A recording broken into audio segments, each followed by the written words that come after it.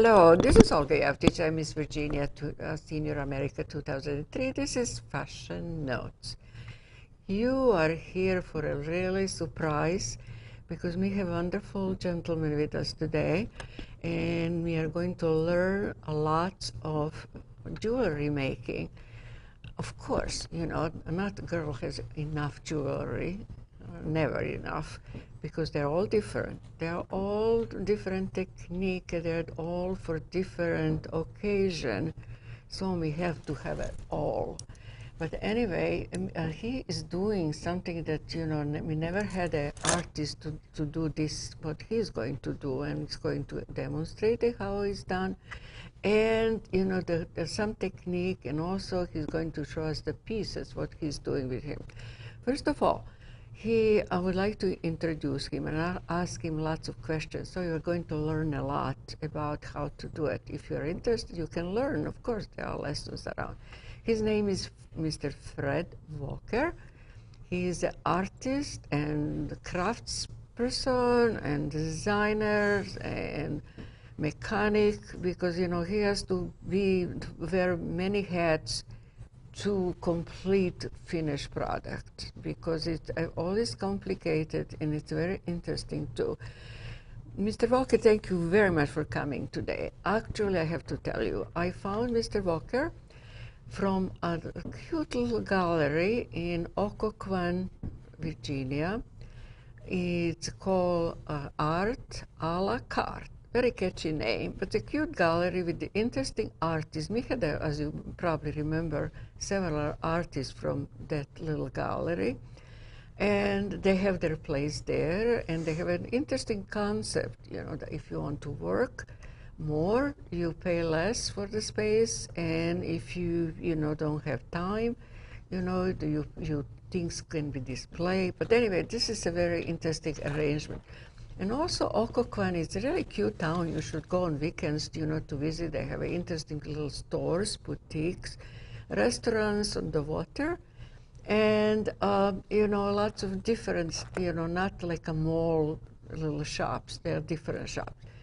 And also they have, I have to mention also, twice a year, craft show, one in the spring, one in the fall, coming up in October. It's on the street. So you have all kind of artists displaying, you know, their wear, and you can look and buy and have a great time. So this is a really good time to meet the artists in their work. But anyway, we are very privileged to have Mr. Walker here today with all these stones around us. And he is going to tell us these stones are coming from everywhere, from the beaches, and, you know, from the Caribbean beaches, from American beaches, from European beaches, and he's going to tell us what he does and how he has a finished product. Is that right? Am I right so far? So far, so good. Okay, great. Well, he goes and, you know, shows us all these like rough pieces, and what you can get from rough pieces, it's unbelievable. And he has tumblers, and I was thinking he's doing like that, you're tumbling, but actually there is a machine to do it, because, you know, it's impossible for you, you know, to tumble. Watch television and there's something interesting, and oh, you know, I have to tumble. Anyway, thank you, and please tell us, you know, first of all, how did you start it, you know, be interested in rocks and to do something with the rocks, because they're wonderful, you know, rough, but they can be absolutely beautiful when you do finished pieces, as you can see around us, all finished pieces. He's going to tell us how to get to this point. 9 years ago, I retired from banking, and my two oldest grandchildren wanted to go to North Carolina to go mining. I'd never been mining, so I said, okay. So that's we interesting. Went down, we went to Boone, North Carolina, and we did some mining, found some gems, you know, different styles and whatever. Right. And then I got into more mining. I went by myself and my girlfriend. And then and you didn't know what to do with it? I had no idea what to do with it. No. So, but then I read some books and did whatever. And then I went to a couple stores down there, mining stores, Oh, they and sell it. they told me how to do it, how to get started. Uh-huh. So that's how I got started, and then I just learned more and more and more. And there are different ways. You know, like these pieces here. This is an agate. Agate. Agate, A-G-A-T-E, which you would bust up normally a rock this size with a hammer or something. But because of the striping and age in it, you would use a saw, of which I have a saw at home. And then after you saw it down, then you grind it to make it into one of these shapes. Yeah, I see. Okay, before you put it into They, here. they have to be shiny too to be finished. Of course, you cannot wear it, something, like that. First of all, oof, excuse me. That's okay. First of all, it's a huge piece, and the second of all, it's a rough. He has to have a polish, some kind of. How did you know how to polish it? On the internet, you go on the internet and it tells you how to do it. YouTube tells you how to do it. And I've got I don't know how many books, but I've got plenty of books to show me how to do it. Yeah. Now this piece here is called red jasper. I got this at Mingus Mountain in Arizona. This one you would break with a hammer, breaking it down into parts, and then this came out from it. This is what you get. This is red jasper, and then I wrap it in See silver. how shiny, beautiful, and so shiny and smooth from this roughness, Right. of the stone that you can make it, such a, beautiful piece of. And then when you polished, did you know what you're going to use, to make jewelry, or did you know what you're going to do with these stones? I was going to make jewelry. I have a lot of women in my family, and I said, well, it's going to cost me X number of dollars to do this, but then at Christmas time and birthdays, it's going to be cheap. So, that's true. Because everything that I make is unique. There's not another piece like it. So that's what got me into it. And I find a lot of my pieces, then some that I get online, various different places, and then I put them in the tumbler. But this is a part of some kind of machine. Yes, this is the tumbler that goes on a machine, which turns it around like this. And how long does it tumble, for example, to get this, shyness? Okay, the complete process is 6 weeks, but you use day and night. Day and 24/7. Yep. Oh. But you use different style of grit. You use a rough grit at the beginning. You go for a week to 10 days, and then use a finer grit, and then the last week, as it's tumbling still, you've got the polish, which gives you the this, shiny thing. Right. And then you come up with stones like this, and then you wrap it with tarnish-free silver. Wires, silver. Yeah. He's using silver, so it will, you don't have to, clean it because it's not going to tarnish. And each piece is absolutely just unique, one of a kind. So if you wear one of his pieces, you're the only person in the world that they have it, and I'm sure you feel very special about it. And also he's going to show us how he's wrapping. He's a wrap artist, not a dancer. Well, maybe you are, I don't know. No, but not that one. No. And all right, I'm going to show you on a piece of sea glass, which is over here to Olga's right. Sea glass, you find at the beaches. You can find some in rivers, but most of it is in the beaches. And I get most of my sea glass from the Caribbean, but I also have gotten some from Europe. So, but the sea glass does not go in tumblers. Sea glass is natural, the way Mother Nature left it. So it's a fragile? It's a what? Fragile. Oh, it is. It is very fragile, but not that fragile that you can't wrap it in sterling. I mean, like to put in the tumbler. Oh, no. Oh, yes. If you put it in the tumbler, that's what I mean. Then it's not unique anymore, and you can't sell it as true sea glass. So they change in which way change? Does it chip? It really doesn't change it that much, other than it scars it if you put it in a tumbler. I see. And you don't want that. If And you so look you at all it, did it, by trying and making mistake and redoing, again, because, how did you know that this doesn't work for it, or you just read, researched it, and then you did it? trial and error. There's a Trial lot and of trial error. and error, especially over in this section. Over here is not that much, but there's a couple pieces that have little blue stones in it, or a And white this is a stone. sea glass. That's on the sea glass, and they're called mermaid tears. So now that we've got that, This is what you told me is a mermaid tear. It's Yeah, a the little little blue piece of glass that was glue on this white piece of white glass, and also he wrapped it and put together, and also he made it so you can wear it on the chain. And this is that's why I said that he has to be a mechanic to do this, to incorporate all of this to be worn, so you can wear it. It'd be beautiful piece of jewelry, that's for sure. And this piece here that's this the is red jasper. Can you imagine from this to this?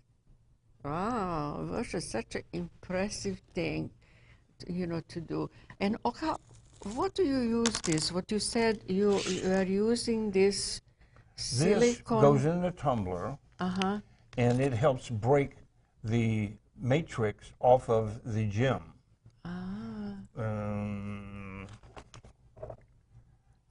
See the blue? That's what's going to happen or come out, is the blue. See this brown? That's called matrix. Matrix. The grit will go against it as it's tumbling. Rub And it off. does it leave the color on the stone? Or? Yes, it'll leave the blue. See this light blue? I That will come see. out, and this will come off. But this matrix part here is much, Yeah, looks like a crystals. well, in a way it is, because it's crystallized, but it is not as hard as the stone itself. Okay? On the Mohs, But you put this on the last, stage. well, the different grits go on 5 different stages. And then the last stage is the polish that makes it come out like this and this. Wow, but each stage, how long does it take you to do the Week first to stage? 10 days. One stage. One stage, week to 10 days. Wow, it's 5 stages. Yep, 5 stages. 5 And I say 6 weeks, sometimes it's 6 to 7, but it to depending finish. on the stone. Can you imagine 6 weeks to finish the piece? And I don't think you can justify your time, to sell it, because it takes so much time. But there's not just one piece in there. There's say 30 or 40 pieces. Oh, I see. See, and they're So all this is the size of the thumb. This is the size. right. This is the size, and then we'll put this in here, and then that'll go in there without the plastic. Then put some of this in, put some water in, put a lid on it. Oh, you put the water in. Yep. Otherwise, the heat will be probably too much if you don't put the water in. Well, that Is this and what then, it then is? it'll really scar everything. So you have to have a little bit of water to keep it soft. Cushiony. Yeah. But that's, it like I said, 7 to 10 days, and different types of grit that go in, and then it comes out, like these stones, and then I wrap them. Also, if you, for example, you have some stone, a favorite stone that you found somewhere else, or you have in the family, you can bring it to him and he can wrap it, so you can wear it as a necklaces. Is that how Yes, work you is can done? bring it in, and I have classes every Monday in this month of August, and I had 3 people come in this past Monday, and I showed them how to wrap the pieces that they brought in, and they were very happy with it. And I didn't wrap it; I showed them how to wrap it. Okay, so this is how they actually learn how to do it if Right. they want to do it. But Right. this is good. This is wonderful. Okay, so now to start off Yeah. and we're going to do a pendant, you need a bail. So now this is the simplest way to do a bail. Okay. Get a piece of wire. Just regular wire. Just regular wrapping wire. Wrapping wire. This is 24 gauge wire. Okay. Put it like this, and then you make a bail big enough to hold at least an omega. Okay, but if you already know that the chain that it's going to go on, you can make it smaller. But I make them about this size. Just so you can see it. So, so that you can see the size. Yeah. All right. And then what you do is you get a hold of it like such, and you twist it. To stay that size. Twist it 3 times. 3 times. Okay. So that it's now a bail. Stationary. Right. And it's not going to go anywhere. This is what you run your chain through. Okay. Now I've got too much wire for this piece, but that's okay. Then you get, and this is sea glass, and what you do is you put the bail in the middle on top of how you want it to hang. So it will stay there, so you don't have to do any gluing or anything like that? No glue. Oh, okay. See, you do like this. Oh, I see. And then you take the wire and you wrap it around. Now this is to secure it, and you run the wire around the bail. So there is actually no rule. You have to go by the shape of the stone. Exactly. That's how you do it. Is that right? Exactly.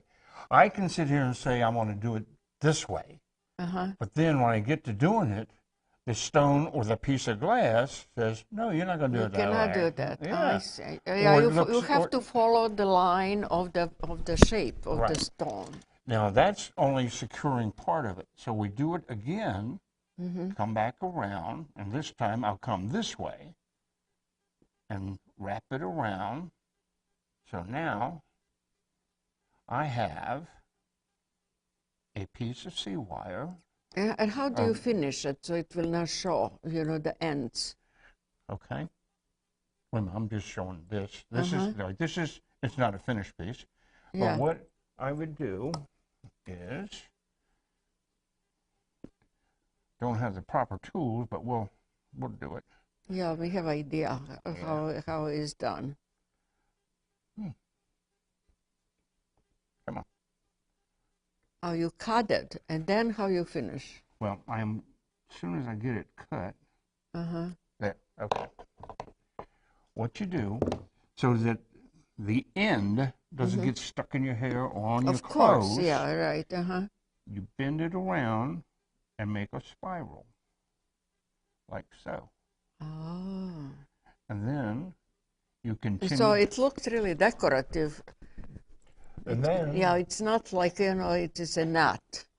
Right. Let me see here. Spiral there. Oh, here we go. It will be a spiral like that. And then when you, for example, you had you have here stone. Do you wrap it first and then put the stone there, glue the stones, or the stone would be the last thing on there? Yes. I see. Wherever is you think it to look the best. Right. Now this to get the spiral, you just continue to twist it like that, and then it would come down. So it's not going to be rough. Yeah. On clothing. Like that. So, I can do one spiral with these. These are not the right tools, but that's all right. We can work with it. Okay. Like you put it in, turn it, and then you would keep churning, but in this particular case, we're just going to turn it over and have it come down like so. So it's a design instead of, when you finish, it's a part of the design. Right. And that way, there's no tight, Yes, sticky end to stick in your hair or on your Of clothes or course. whatever. Yeah, that's smart.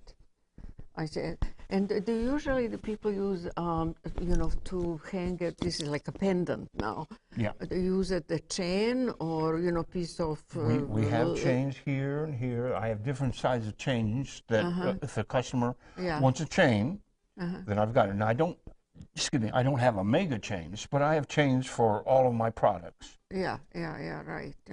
Different size chains.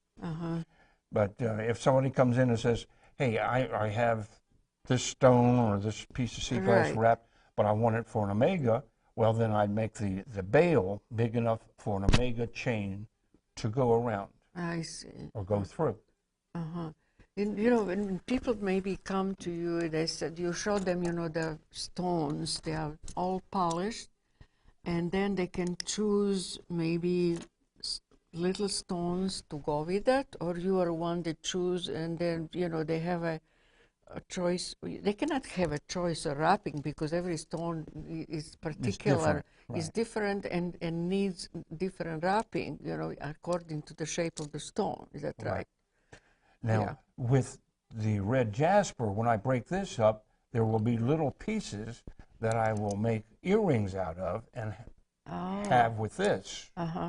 I can see here on this piece, I think you can see very well how he finished this piece of wire, and it's a part of the design, and it's not, this is how it's finished, part of the design here. Here? Yes. Here? Yeah, very cleverly done. So you'll be, trying, this way or that way, you find your best technique, how to do it. Exactly. I see. Well, you can find him in Art à la Carte, as I said earlier. It's a cute little gallery, and he is an artist of the month. That's how I found you. Yep. Artist of the month, and every Monday he's there in the gallery having lessons, showing people how to wrap the stones if they have their own, or they can have his. And, so where is your next expedition to hunt for more stones? September 17th. Where are you going? To New Bern, North Carolina. And hopefully we'll get some sapphires. Are they known for it? Mm-hmm. Sapphire. Where do they, in the mining or on the beach? No. On the mines for this. On the mine. Right. Ah. Now, if we happen to go to the Outer Banks, then I'd find some sea glass. Oh. But we're going specifically for sapphires and emeralds. Where are the diamonds? The girls' best friends. Well, I don't know where they are. South Africa. Well, yeah, but no, I don't mess with diamonds. That's a little bit out of my league. Interesting. But, as you can see, you have lots of variety anyways, to choose from all these different colors. It's interesting what, stones comes in different, colors and especially when you finish them, then of course, it needs a skill of the artist to finish, and then you have a beautiful piece of, jewelry. And who is your, usually client? Younger people, older people, or who like, or it's just variety of ages? It's a major variety, but I would say the largest portion would probably be in the 40s. Because they sort of understand what's going on. And of course your family, Yeah. No age limits. I think that's wonderful. And as I said, one of a kind, it's such an honor to have one of a kind piece, to wear it, and you feel like, I'm only one in the world. They have something like that. Well, so what is your next project? Going to the mine and finding some more of the Well, we hope to find some sapphires and some emeralds, and if we do, then I'll bring them home and break them up. Do they charge you, for if you find something? It all depends on where we go, as to whether they charge us or not. If I find something that's a nice piece, then I'll have them facet it and make it into a nice piece, and then I'll wrap it. There's numerous ways of doing everything. I see. So I do it the best way that it'll On the smaller scale. on a smaller scale that it comes out to a point where almost any woman would like to have it. Especially on the emeralds and the sapphires. I see. You know. So you will do the same thing to put in the tumbler, you know, if you find something fine. Well, no. Is it the fine, same thing as with the, you know, other stones? Are they more fragile or more? No, well, emeralds and sapphires are the hardest stones next to diamond. And you know, they'll go in the tumblers, and then I'll come out. I don't have any emeralds with me, but you know, I've got at the store about 4 pieces of emeralds that. As a green, but yeah. I understand the emerald comes in other colors. It's not does. just green. It does. But the So green sapphire, green is most known. Green is the most known, especially from the Mideast, you know, Cleopatra and all her and also jewelries. from, you know, Colombia, South America. They're down there also, yeah. Oh, what other color does it come beside green? Because I don't know any other. Emeralds can come into a light creamy brown. Oh, it is. But then that's it. But now the sapphires can come in yellow, can come in orange. They do? Yeah. You know, it all depends on how long Mother Nature played with it. Oh, I see. Oh, but then, you know, you have geologists there when you find something, so they'll tell you what it is, or do you think you recognize if you find something like that, emerald, or, you know, in North Carolina, do they have somebody there to tell you this is what it is? Yes, there are people there that help us. Geologists? And no, they're not. Well, sometimes there is a geologist there, but in most cases they know just as much as a geologist. They just don't have the degree. I see. Well, as you can see, all these gems, you know, we never have enough of gems, as you see. You know, it doesn't have to be diamonds. The diamonds cannot be, well, could be the woman's, you know, lady's best friend, but we can have best friends with all these beautiful stones that he brought today. Well, anyway, I hope you turn on next time for another exciting artist from our area. As you can see, this is most exciting. And thank you very much for tuning in. And this is Olga Jevtich reporting for Fashion Notes. Thank you, and thank you for watching. Bye-bye.